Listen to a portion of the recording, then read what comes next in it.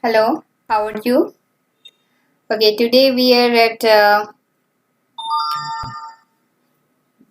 MCQ2, going to discuss another 10 sets of MCQ. Let's start. It's brief about myself.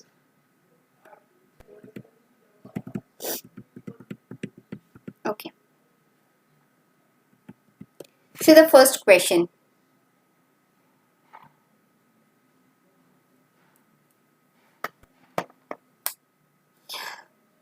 Here we are getting that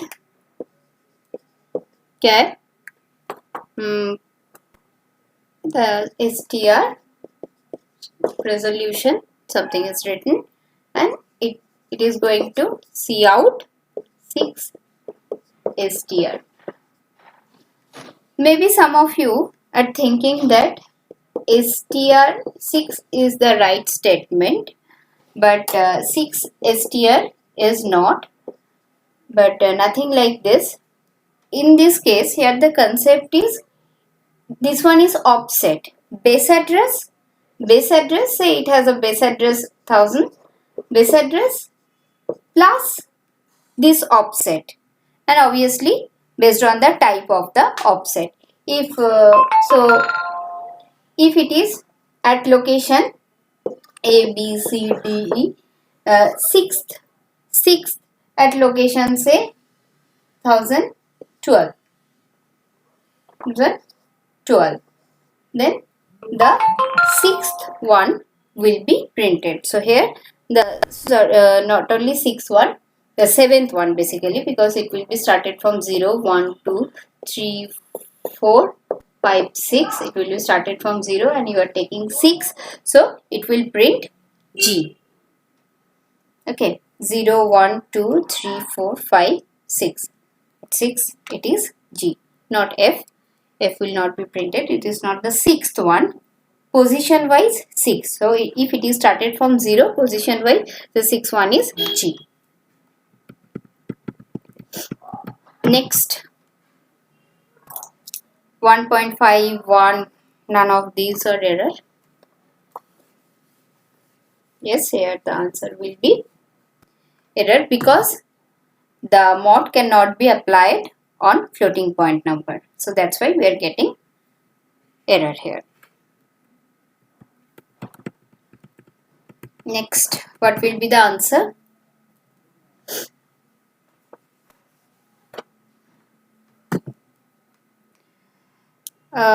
If you think the answer will be -1, you are wrong.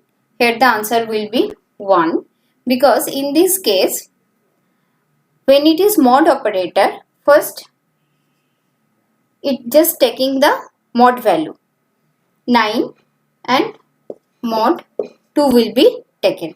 9 and mod 2 will be 9 mod 2. In this way it will be taken. Then the answer will be 1. After that it will just check the numerator sign. Here the numerator is 9. 9 is plus sign. That's why it will print 1. If it is given like A equals to -9, B equals to -2, the minus will be cancelled, not like this. First it will take 9 mod 2, the mod where only the values will be taken, and after that answer 1, and then check for the numerator sign. Here numerator is minus, so it will just give -1. So I think this kind of question can be easily answered by you. Next, an object is contiguous type of memory that has an address, size, type, or all of them. See, when you are writing class say A and you are giving some attribute in I, J like this. This point of view, it is not taking any memory. The object is not declared, so it is not taking the memory.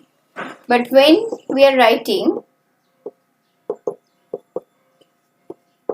AOB, that means the logical concept was this, the class, and you are just instantiating it, and you are writing AOB. That time it will take the memory, allocates the memory, based on which check the type int I and char j. First int I, say it is taking 4 byte for integer, so it will now take 4 byte for I, 1 for char, so 1 for char.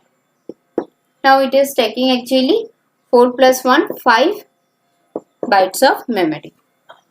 So for option B, size, yes, size is taking, and type, obviously the size will be taken based on the type, and when it is taking the memory, it has a address also. Here the answer will be all of them.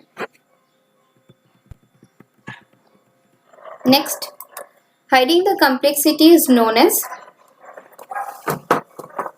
I have already discussed in lecture 1 that hiding the complexity is abstraction.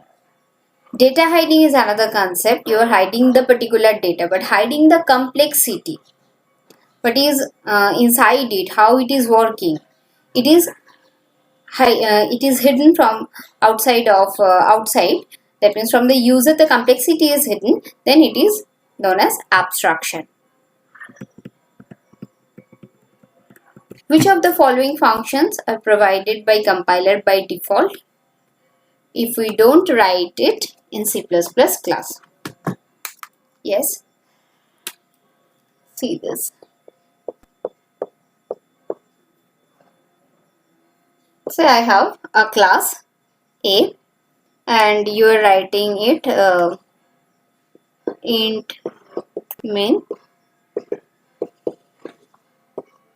AOB. When you are writing AOB, that means this is creating the object. If we don't have constructor, if you didn't write the constructor, that time the user will provide it. So default constructor will be provided by the system.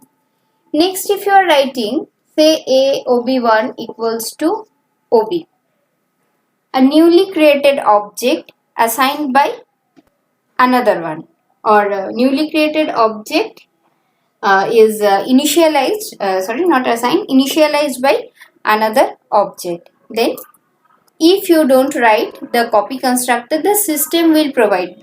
That means writing this statement you will not get any error. System will provide its own definition.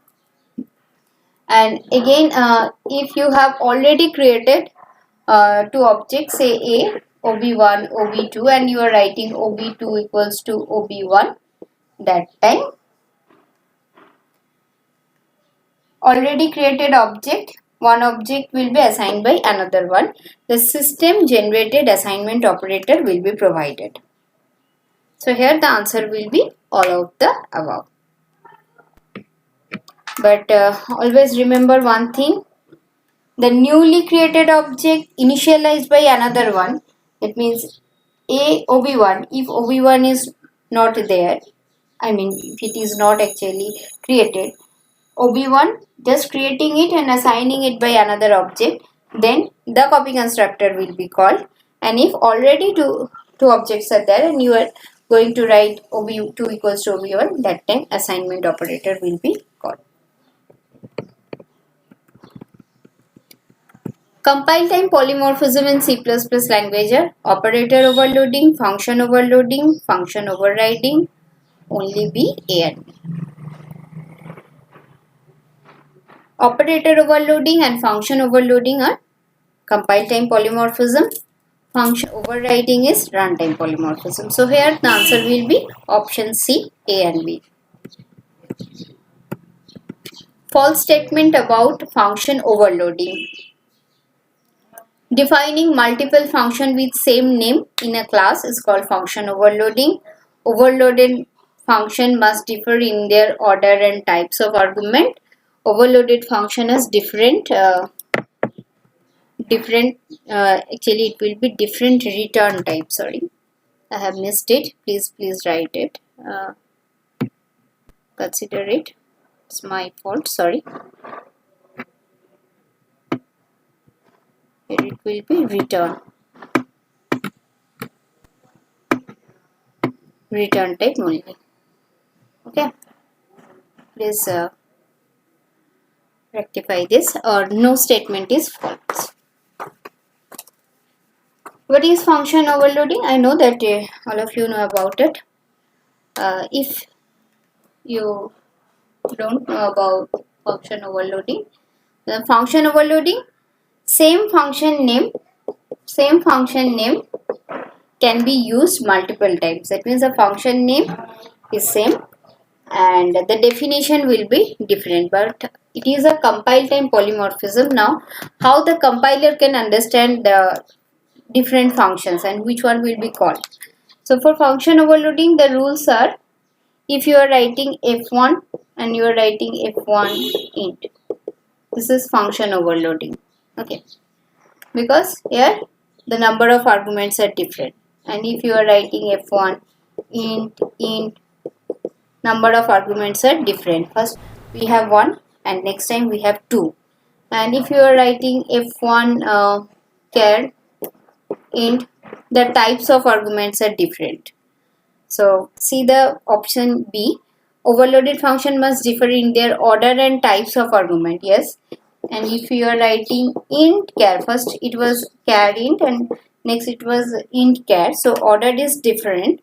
So it is all of these are actually satisfying that option B is correct. Defining multiple function with same name in class is called, obviously, the definition of function overloading. It is also true, but only the return type, having only different return type, but maybe you are writing in f1 int and void f1 int. This is not function overloading. So here the false statement is statement C. Which of the following cannot be overloaded in C++? Increment operator, you know that the increment operator overloading can be possible. Next, constructor, yes, constructor overloading is also possible. C in C out overloading is also possible. You can do this operator, I mean C in C out can be overloaded, and so here the answer will be option C. Destructor cannot be overloaded, because we know that in case of destructor we don't have any option, just default destructor is there. That means a tilde operator and the name of the class without any argument. Runtime polymorphism. If some of you don't know about runtime polymorphism, still you can answer this question. C in C out overloading, it's a you can do this using the operator overloading and concept, and plus minus, you know that this one is operator overloading.